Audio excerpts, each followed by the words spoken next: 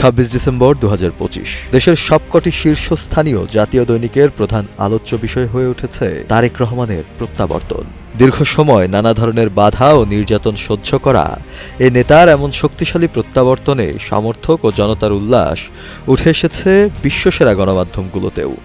প্রভাবশালী ইংরেজি সংবাদ মাধ্যম নিউজ 18 তাদের প্রতিবেদনের এক অংশে উল্লেখ করে, তারেক রহমানের প্রত্যাবর্তন বাংলাদেশের রাজনীতিতে এক গুরুত্বপূর্ণ মুহূর্ত। তিনি বাংলাদেশের দীর্ঘকালীন শাসক পরিবারের উত্তরাধিকারী এবং একজন শীর্ষস্থানীয় ব্যক্তিত্ব। রাজনৈতিকভাবে উদ্দেশ্য প্রণোদিত নিপীড়নের মুখে তিনি দেশ ছেড়েছিলেন।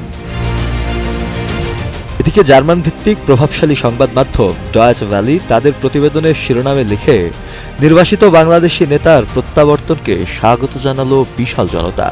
সংবাদ মাধ্যমটি আরেক প্রতিবেদনে তারেক রহমান প্রসঙ্গে উল্লেখ করে, বাংলাদেশের পরবর্তী প্রধানমন্ত্রী হতে প্রস্তুত বলে মনে করা একজন অগ্রণী প্রার্থী বৃহস্পতিবার 17 বছরেরও বেশি সময় ধরে নির্বাসনে থাকার পর উল্লাসধ্বনিতে জনতার সামনে দেশে ফিরেছেন। তিনি তার স্ত্রী এবং কন্যা কঠোর নিরাপত্তার মধ্য দিয়ে রাজধানী ঢাকায় অবতরণ করেছেন।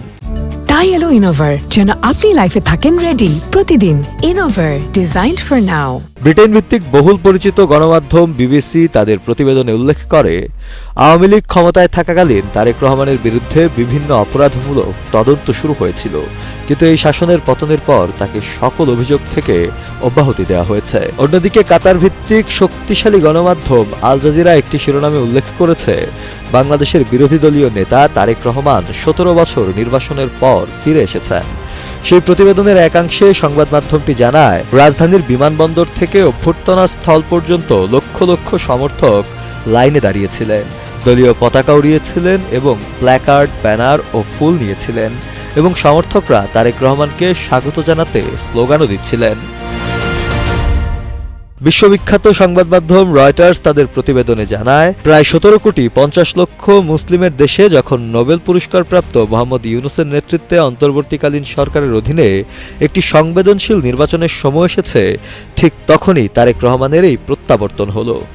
একই প্রতিবেদনের অন্য অংশে রয়টার্স জানায়, সাদা শার্টের ওপর ধূসর ব্লেজার পরে তারেক রহমান বিমানবন্দর থেকে বেরিয়ে আসেন, বাংলাদেশের মাটিতে খালি পায়ে হাঁটার জন্য জুতো খুলে ফেলেন এবং স্বদেশ প্রত্যাবর্তনের প্রতীকী অঙ্গীকারে এক মুঠো মাটি হাতে তুলে নেন। অভ্যর্থনা কেন্দ্রে উল্লাসিত জনতার উদ্দেশ্যে তারেক রহমান তার বক্তৃতা শুরু করেন। প্রিয় বাংলাদেশ এই শব্দ দিয়ে সকল ধর্মের মানুষকে একত্রিত করার এবং তাদের নিরাপত্তা নিশ্চিত করারও অঙ্গীকার করেন। শোফেল মাওলা, কালের কণ্ঠ।